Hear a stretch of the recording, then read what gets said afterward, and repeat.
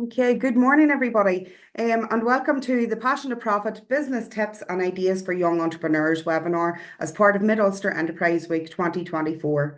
My name is Anne Donnelly from the Dungannon Enterprise Centre, and I am hosting this event on behalf of the Mid-Ulster District Council.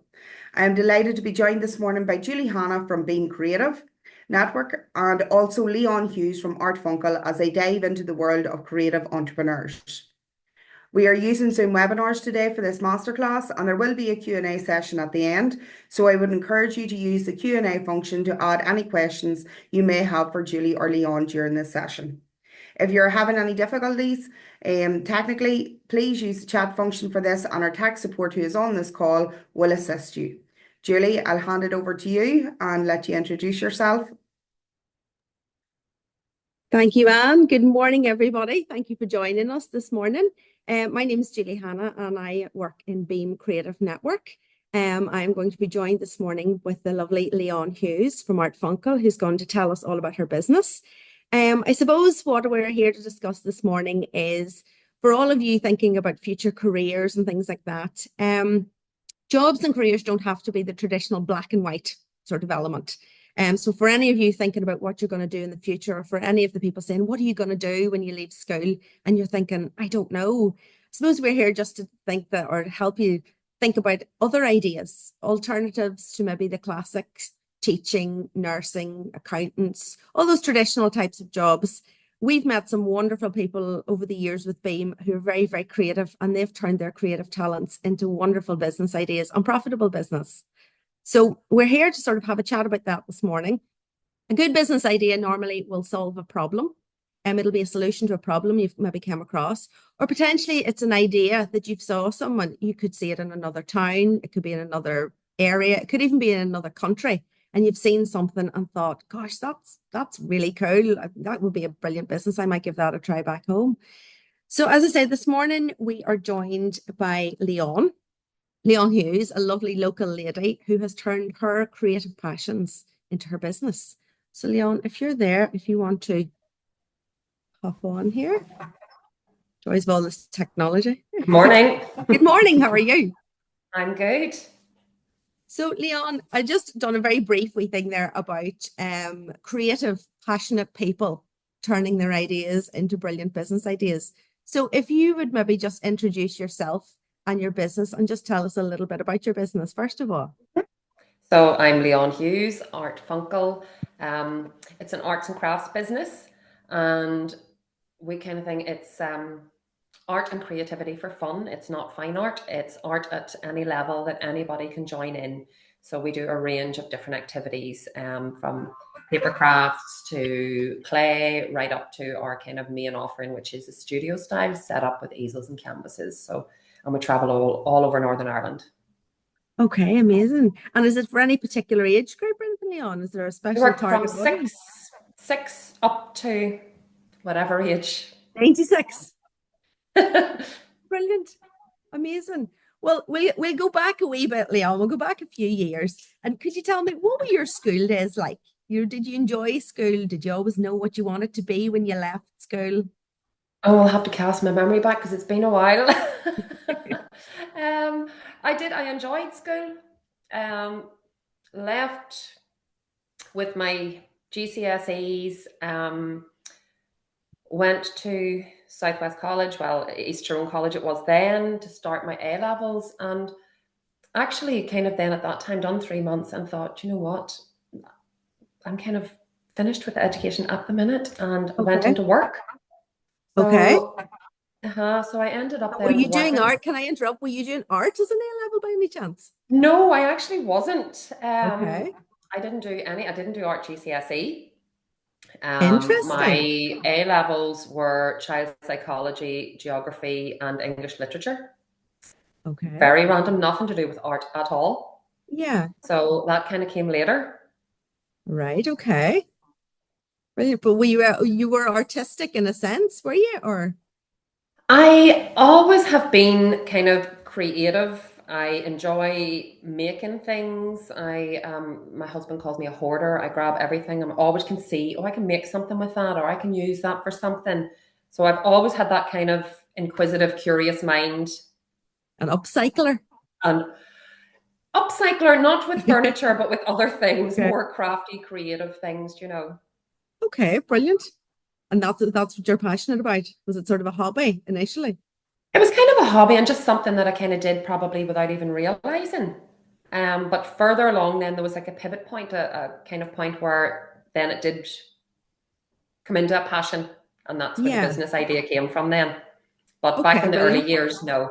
No, okay. So I interrupted there. So you You're all left, right. you went into the world of work. I did, and that was varied, widely varied. Okay. Um, so I actually left school and went to work in a factory because back then the money was good. Um, Yeah. and I worked there for a few years, and I always remember I had a supervisor, and she used to say to me all the time, "Get out of here, get back into school, get back into education. You know, this is not the pathway for you. You need to, yeah, Okay.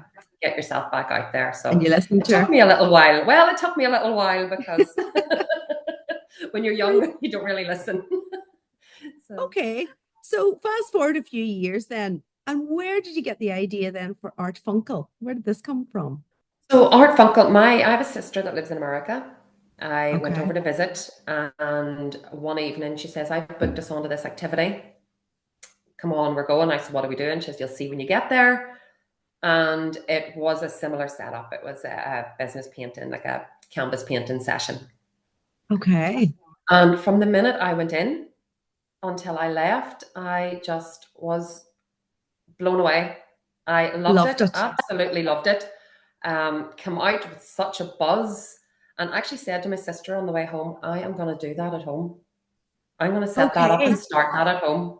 It just hit you that instantly. That's going to work for me in It Northern Ireland. just, I don't know what it was. It just ignited some sort of a passion, a burning. I Passion? was like, passion, a burning, like, yeah, I really want to bring this back home. There was nobody back then doing it. Okay. And I just thought, like, So, how fun and creative, and it's great for, you know, socially, meeting up socially, all ages, all abilities. It just kind of ticked so many boxes. And yeah. I just came out buzzing. And you could just see it working. It was very transferable business idea. So it was now, it took a while. It wasn't as instant as the idea to do it. It did take Yes. a while to get there. Okay, that was funny. That's leading on to my next question. Was going to Oh, be, how did you start out? So you've got off this, you've literally landed from America, you've got home and you've just bursting with this idea and you're all excited about it. What do you do then? Where do you go from there? well, do you know what? And I was my own probably worst critic. I spent probably a year in my own head thinking, "Oh, I really want to do this." And then the sort of negative little talk saying, "What do you know about running a business? And what do you know about doing that? And, you know, how are you going to do that?" So I kind of talked myself into it and out of it for about a year. Okay, yeah, that happens. And then I really don't know what the change was, but I just thought, you know what, I am doing this. So I spoke to different people, and you know, my dad, and that would be an older generation. He's like, "Oh, you can't give up a job, and you know, go Yes. self-employed." At that stage as well, I was working in Southwest College teaching. Okay. Um, so he's like, "Oh, you can't leave there. You know, that's a job. You can't. You have to stick at it." Well, that's it. Anything like that, it's a big risk, isn't it, that you're taking? So it was a big risk, but so what I did at the start was I kind of started on a part-time basis. I thought Okay, I'll get it yes. set up and I'll try weekends and evenings and see how it goes. Dip your toe in So the water, so to speak. dip my toe in the water, and then I also had seen come across the Go For It program through the Okay, Enterprise yes. Centre. Yeah. So I applied for that and had a chat with them and said, "Look, this is what I'm thinking. Is it a viable business idea?" And they were like, "Yep." My mentor then was, "Yep, this is great." So we sat down and worked through, and I researched and done the costings and the pricings, and we worked together, Yeah. and we produced this lovely shiny business plan. And I was Okay, like, "Oh, yes. brilliant." So I thought, off to the bank I went, thinking, "Yep, I've got this nice shiny business plan. The bank are going to give me money to buy everything I need to set up. I'm going to be in business." Yeah, I'm And I went sorted. into the bank, and the bank were like, "No." No. Okay. So I would probably Disappointment. it was a big disappointment, very deflated, and sort of come out and thought, well, if the bank don't believe in it, the bank don't think it's a viable business, it's probably not. So I probably took maybe about 6 months Yeah. thinking, no. And then I sort of gave myself, I thought, what are you doing? Now, I don't advocate this, but I kind of tried other avenues and wasn't getting anywhere. Okay. And I did get then a 0% credit card, and I bought my easels, my paints, my canvases, my aprons, everything that I needed to set up. To start out. Yeah. Now, in the grand scheme of businesses, it wasn't a huge amount. It was a big amount to me, Yes. But yeah, so that's what I did. So already we're seeing some really key traits of a true entrepreneur. So you're okay to take a risk, a calculated risk. You got your advice. You went through all the different avenues. And as you say, you had your mentor and everything in the Enterprise Centre, and you'd done the council's program and everything. So you took the risk, but there's also resilience in there as well, Leon, because you mentioned that your dad and some of your close family were sort of like, oh, is it a good idea? And then you mentioned obviously that the bank then give you a flat no. And anyone else could have went, okay, right, it's too much. It's too negative. Maybe this is a silly idea. But you didn't. You kept on going and you kept pushing forward with it. I think it was just, again, I think from thinking back to that, the evening that I went to in America, and just the passion and how it made me feel. I felt really good. Yeah. Even just being able to sit and chat with my sister, but also be creative and come home with something at the end of the evening. That painting is Yes. still in the house. It traveled home from America with me in my suitcase as well. That's where it all started. And I suppose that was sort of what put the fire in your belly, as such as you knew how that made you feel, and you wanted to bring that to other people. And you knew Yeah. that if they could feel like that, it would be contagious and the business would work. Yeah. And that's why we always say we're fun art, not fine art. Anybody, because we get so many people that come in and say, oh, I'm no good at art. I didn't do art at school. Well, like, neither did Yeah. I. You don't have to be. You just want, give it a go. And Yeah. it's the fun factor. You can see people's faces lighten up when they've produced something at the end. When at the start, they're like, I can't draw stick man. So you don't have to be Picasso, but if you can splodge some colors on a canvas, you can create some That's amazing. it. And just be able to relax and enjoy it. Yes, and be present in the moment. Yeah. Amazing. Okay. Well, I know from working with entrepreneurs and self-employed people over the years, there's lots of different factors that appeal to them about being self-employed. What was sort of your motivation? Was it for the creativity? Was it all for the money? Was it the flexibility? What spoke to you? I think it was, for me, the main thing is back again to that sort of passion, that wanting to share that with other people and have other people feel like that. I get joy. It's a bit like Christmas when you get joy out of giving gifts. Yes. I get joy out of seeing people's faces light up at the end when they see what they've produced. So for me, that was kind of the driving factor. Also, then the flexibility of being self-employed. Yes. Was a big factor as own, well. you can sort of organize your own time, your start time, your end time, whether you do weekend work, whether you do evening work, that sort of thing appealed to you. That's it. But I mean, when I started up, I said I was still working full time. I was doing this in the evenings and weekends. And it took probably the best part of maybe 2 years of kind of doing that part-time, and I was getting more and more requests in for bookings. Brilliant. So you're building away bookings the during whole time. Yeah, bookings during the day and stuff that I wasn't able to do because I was working full time. And I kind of describe it as a seesaw moment. And you're Okay, like, so yeah. the business is here. No, the business is here. Work, I need the wage coming in to pay the bills. But at a certain point, then it sort of, the scales shift. And I thought, no, you know what? I handed in my notice and took the jump to go full-time self-employed. Next step. Yeah. But you're very sensible though, because as you say, you did sort of do it in your spare time and when you could, to see if it was going to be viable. Yeah. And then maybe jump when you're sort of pretty confident this is gonna pay these bills, it's gonna be worthwhile. Yeah. Well, talking of a seesaw, then it kind of brings us nicely on to my next question. I was going to ask you then about your work-life balance. You know, is that tricky, or how do you keep yourself, you know, motivated and interested in your work? Mhm. I think there's a very different. So I've always, from I left school, I've always worked as an employee. I I worked in youth work for years and then teaching in Southwest College. But when you're working for yourself, I don't even know how to explain it. It's a different feeling. You know, I was working longer hours. I was working sometimes 12, 14-hour days. Um, Okay. at the start, getting the business, you know, set up and getting out there, because you're doing everything. You're doing the, you know, the actual workshops, you're doing the research, the buy-in of the products, the marketing, social media, quotes, all of that stuff.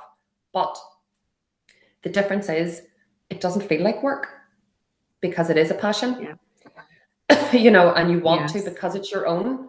I mean, it's like your baby, you're invested in it. Whereas You if you want were to working make it as an amazing. employee and you were working those kind of hours, you know, um, it would be a different story.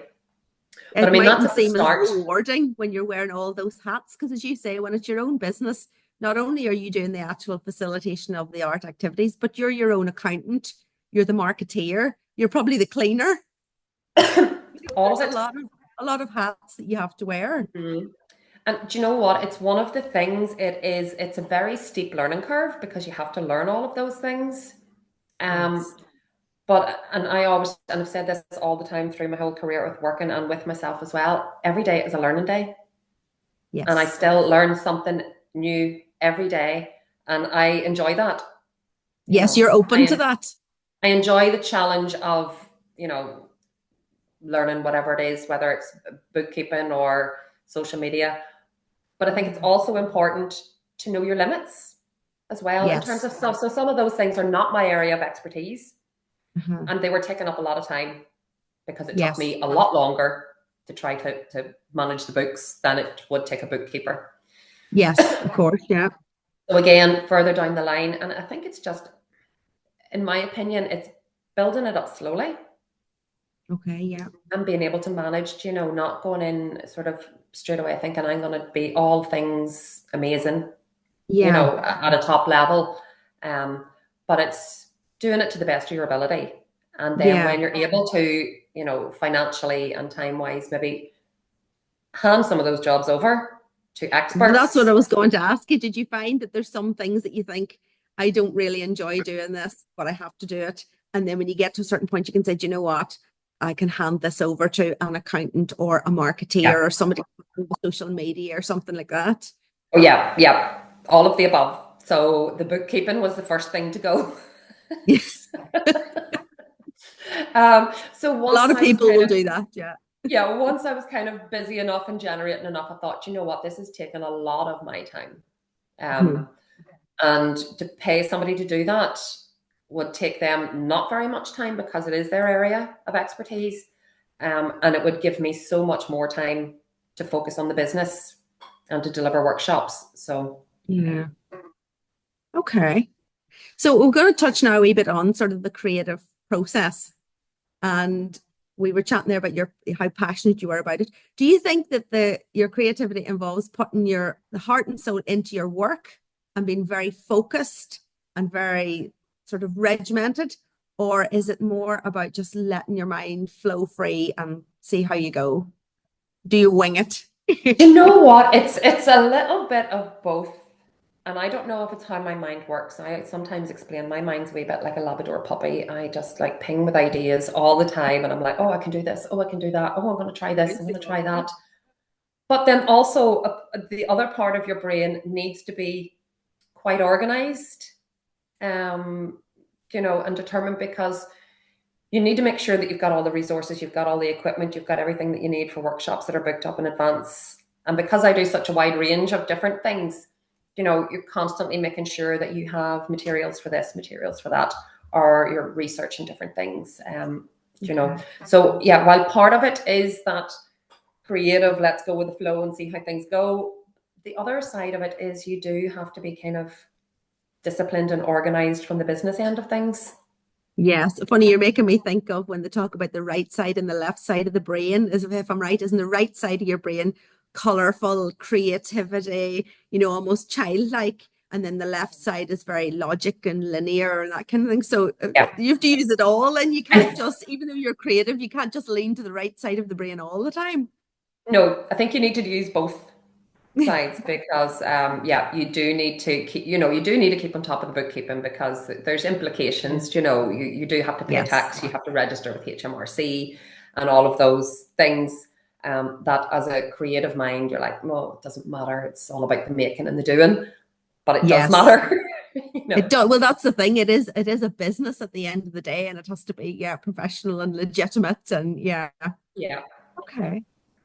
So in terms then, Leon, creative influences, what in your personal life has sort of influenced you to choose this career? Is it just you mentioned about your sister and that being there and seeing that and the creativity. Did it just sing to you? It did just sing to me, and as I said before, I wouldn't class myself as a an artiste as such, or whatever the term is, but I just enjoy being creative, being practical, hands-on. I enjoy looking at something and thinking, I could make that into something else. I suppose I didn't touch on what my background when I left school. I went to college and did 3 months, and then I went to work. I actually then did a course, and I'm all about this as well. If there's courses that are there, especially if they're free, sign up for them, do them. Okay. Yeah, do it. I did sign up for a course and got into that, and it was youth work. So I've been a youth worker for 20 something years. I went then to university when I was 24, so a little bit later than the traditional. Some people go straight out of A levels, but I always say everybody's path is slightly different, and it always kind of falls in for a reason. So I did go to university when I was 24, got my youth work degree. So a lot of my art workshops now benefit from that youth work. So I do a lot of issue-based art. Okay, we right, do a lot of yes. theme sessions. So I do a lot of work in youth clubs and things where they'll maybe say, look, it's anti-bullying week. Can you do something with a group?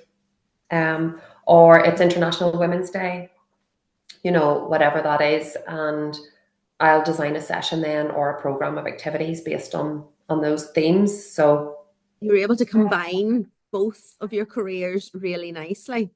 Both, yeah, because funny, that was one of the things that was said to me at the time when I said I was leaving the college, and they're like, oh my goodness, you've been to university twice, because I'm a postgrad in teaching, you've been to university twice and you're going to throw away your education. Throw it away, yeah. All to go and Yeah. be self-employed. But I've actually been able to blend all of those skills and use that education in the art-based stuff as well. So I love that. So if there's I'm a any great advocate of education. Yeah, well, if there's any young people sitting listening to us whittering on today and they're thinking, that's a little bit of me, it's lovely to see that you can incorporate both of those. You've still, as you say, your path was slightly different, which is often the most interesting people. You've still done the education, you've still done the university, you've got your degrees and everything, but you've also done so much more with your passion for arts and creativity, and yet they marry beautifully themselves. So it just shows you, you don't have to be in a very linear path. You can branch out and do all sorts of crazy, weird, and wonderful. Yep. And I always say it's very difficult as well when you're younger in school. Well, I found it was very difficult for me knowing what I actually wanted to do. Yes. When I was in school, for years, I wanted to be a vet. Okay, yeah. Then I wanted to be a nurse, but I realized that I couldn't deal with the goo end of things. So I was like, maybe that's not the career for me. So so I kind of spent a few years, doing job. I was, working a waitressing, working in takeaways and chip shops and stuff for a good few years in my early 20s, because I had no clue what I really wanted to do until I did that course in youth work. And again, at that stage, something sparked in me. I am really enjoying this. This is my thing. Filling my soul here. I'm really enjoying this. It doesn't feel like work. And I think when you're able to go to a job, whether it's self-employed or employed, and you enjoy it. Yeah. That's, Isn't that what they say? When you do what you love, you never work a day in your life. Exactly. I find the same. When I was at school, I found it almost like someone shining a spotlight on you going, what do you want to do for the rest of your life? Decide now. And I hadn't got a clue. And I was always very envious of all my friends and colleagues that were like, I know that I want to be a nurse, or I want to be a teacher, or I want to be, a vet or something like that. And I thought, I wish could be that, straight headed that that's what I was going to do, but I didn't have a clue. But I think No, that's the nice thing, that you can go off and do different things. And then, as you say, what sings to your soul? What are you passionate about? Pick that and you'll love it. that I'm not like one of the, I mean, you can always go back to education. It doesn't matter what age you are. Yes. Tie back in again, top up your Yeah. qualifications with something else. Because I've Well, done that now Lee, as, being self-employed. Sorry, Julie, I was going to say I've done that as being self-employed, as well. Signing up for other courses and other programs that are kind of more maybe business related and the things that I don't know that much about and still yes. learning. So as you say, for anyone listening today, if you get opportunities for courses, for different wee things, and there's so much now online and everything as well, sign up to it Take all. them. Fill Take your them. cup up, take it all. If you had to start over again, Leon, would you choose a different career path, or would you do the same thing? You know what? I don't think I would. I try to kind of go through life as well with no regrets, because I do think everybody has different pathways, and some of those pathways are straight and some of them Yes. are not straight. And I think that's kind of what builds your personality and your character. And it's probably what has made me maybe a bit more resilient and determined, Yes. and as well Mm. getting that life experience, through different elements, different jobs, meeting different people.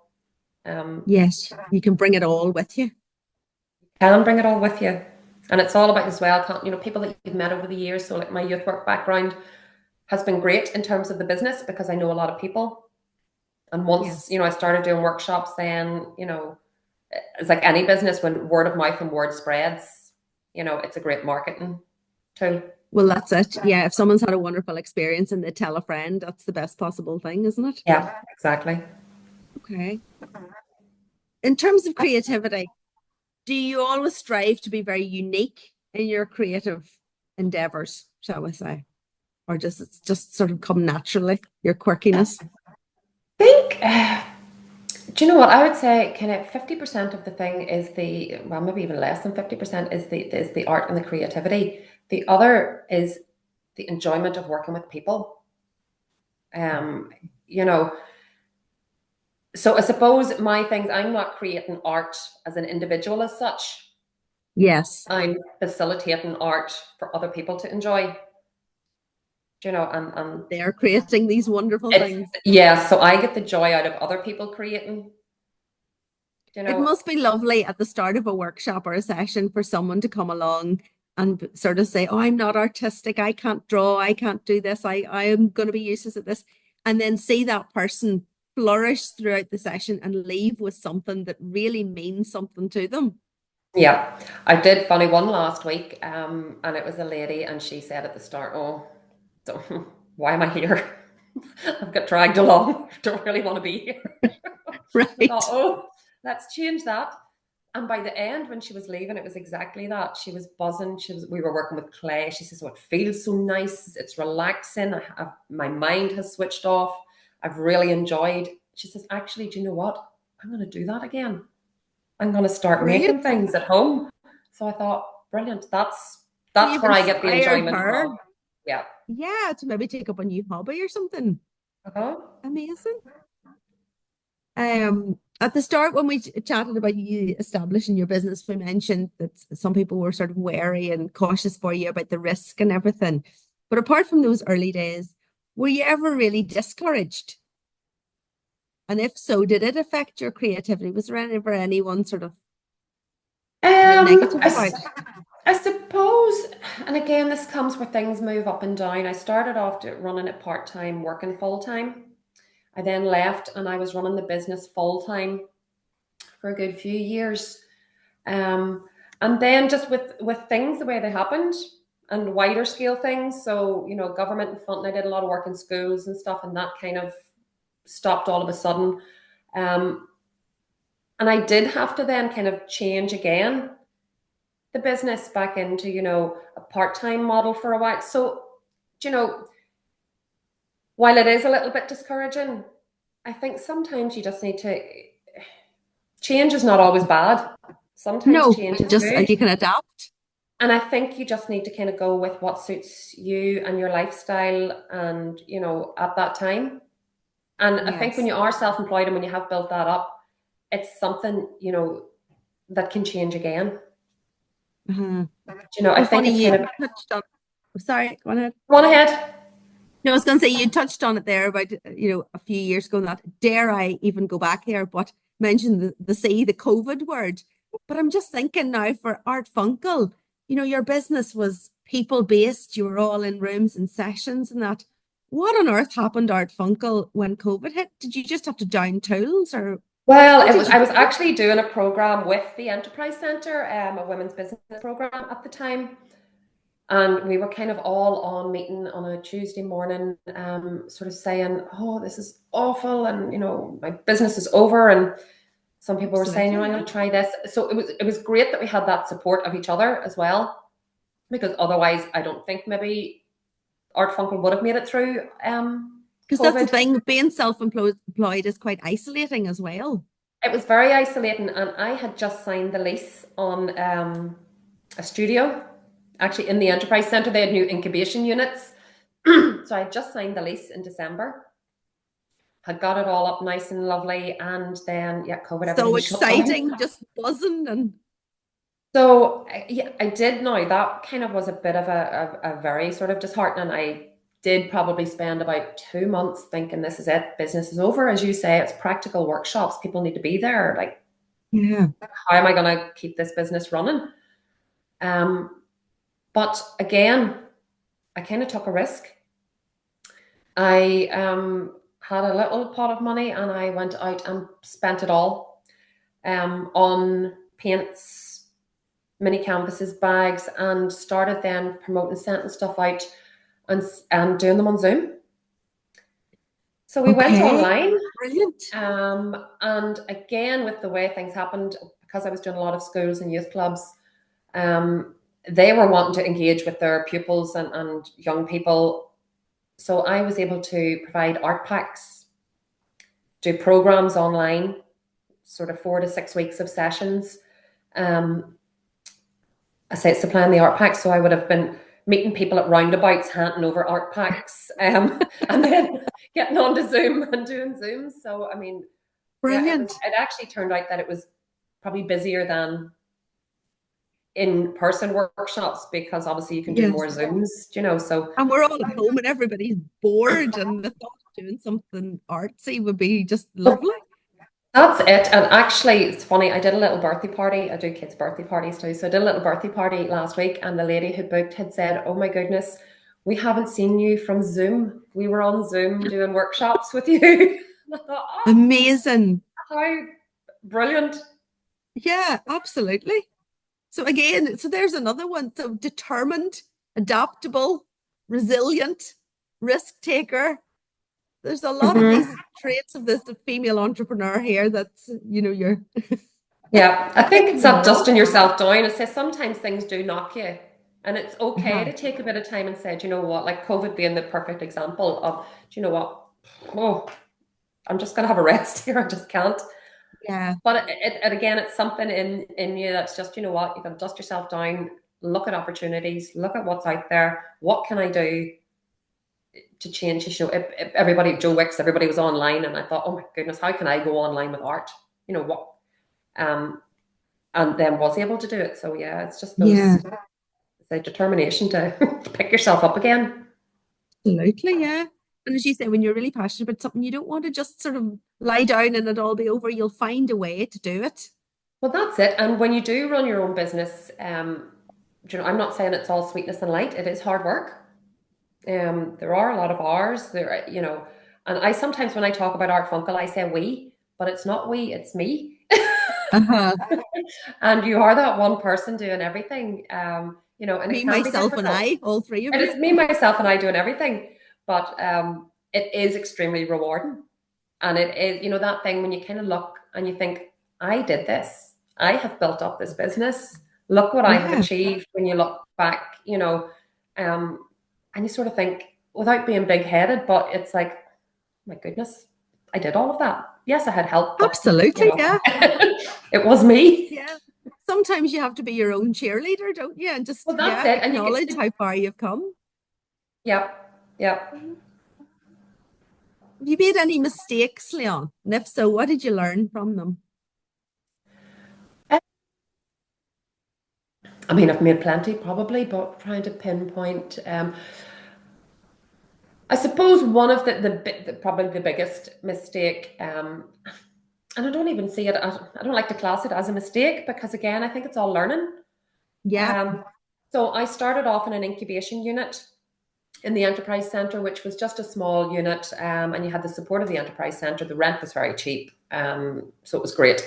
And it's really to start and try out your business and see, do you know what? Do you need a bricks and mortar premise to build Okay. it up?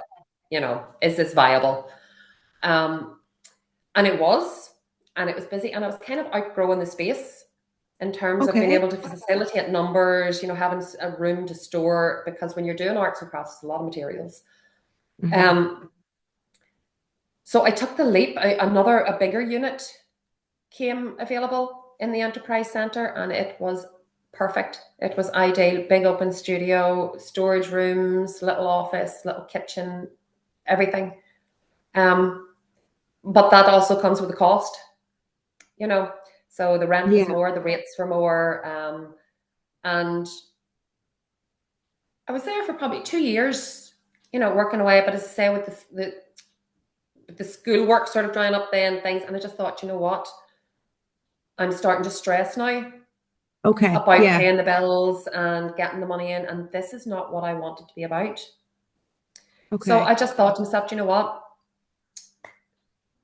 this has to go. It's Yeah. basically a burden on me. So again, I just kind of changed, and I thought, well, how can I bring this back? And I took a little storage unit down the Killyman Road, and my stuff now is in a storage unit, and I'm back out kind of nearly the way I started, mobile, traveling, Okay. out and about. So I'm getting all around Northern Ireland, meeting loads of different people, loads of different groups. So I just pack up the boot of the car, tootle off, do my workshops, Brilliant. pack my stuff in the storage unit. So while it was a bit of a mistake in terms of, you know, it maybe was too much too soon or whatever, but you know, I see it as a learning, and I loved my time in that Absolutely. place. It was a brilliant space. It was a brilliant studio, but it's just a slightly different era now. We're back to being a mobile arts and crafts business rather than having a bricks and Yeah. mortar premises. And So it you've has took come that full stress off. circle then. Full circle Yeah. background, because for a while then it did get a bit stressful when you're trying to pay, you know, the bills keep coming in. Of Now course. Yeah. it's back to, you know, you don't have those big overheads. Uh-huh. So And you're able to pivot from our chat. I'm seeing a lot of that you said earlier on, don't be afraid of change if you're going into business yeah, for yourself. And you're able to pivot and change things, that when you see something coming in that doesn't quite sit right, I'm going to adapt and do it slightly different. yeah. And I think you need to, and whether, I don't know whether it's being sort of brave or self-aware or what it is, but it's just kind of recognizing, you know what, this is, for me, it was starting to get stressful. And I thought, Yeah. this is not what I want to be self-employed for. This is not what I started out to do. Yes. And if it's becoming stressful, it's not enjoyable. And Mhm. that comes across then when you're out doing workshops. You know, if it's not Yes. if you're stressed and thinking, oh my goodness, I have to get the next one, I have to do this. So yeah, I think I suppose it's recognizing and making a decision. Sometimes it's just hard to make decisions. You're like, oh, what's right, what's wrong, if I do this, if I do that, and da da da da. You know, so I think sometimes it's just, Yeah. yeah, making that decision and then following through and sticking with it. And So if do that you doesn't plan work, then? change. Oh, sorry. If sorry, Julie, I says if that No. doesn't work, try something else again. Do you Yeah. know? I think there's this thing, and it's maybe ego as well, where you think, oh my goodness, I failed at that. But it's not looking at Well, it differently. absolutely. I learned many years ago, when I worked with self-employed people and entrepreneurs, we used to put it up on the board. Fail is not a bad thing. It often stands for first attempt in learning. So if somebody Exactly. says you failed something, don't say it as such a negative. Just say, yeah, do you know what? It was my first attempt. Maybe didn't go as I hoped. But as you say, Leon, pivot, do something else, change Yeah. it up and try again. And sometimes you don't see that at the time because it bruises your ego a little bit. You do feel a little bit of that, oh my goodness, I'm a failure. There's also a bit of, what are people going to think? What are people going to say? You know, I had this lovely big studio, now I don't. But you kind of come to a realization it doesn't really matter. You know, Yeah. what other people are saying or doing. You kind of just need to Yeah. do you. You do you. Is Exactly. I love it. Love it. So do you plan then ahead for Art Funkel? Or do you find that it's very difficult and you just have to be dynamic and work with what comes your way? Like, do you have I a 2-year think plan or a 3-year plan or anything? I did at the start. Okay. And again, I don't know then if this is the creative part of my brain. I did have a plan where I worked with the Go For It program and other then boost programs and stuff where we did 5-year plans and projections and SWOT analysis and all the business stuff. Again, not advocating, but my mind doesn't really work that far in advance. Okay. So while I had it all on paper, thinking this is great, and now some of the ideas were like, oh yes, we can diversify into this or try this, which is good then to look and see what else is out there and what you can do. Yes. But I kind of am a bit go with the flow as well, you know, and just as and when things are coming. And sometimes people will ask me, you know, can you do this? And I'm like, hang on, let me go and see if I can do that. And let me try. Yes, I can do Maybe I that. can. Yeah. Um, Brilliant.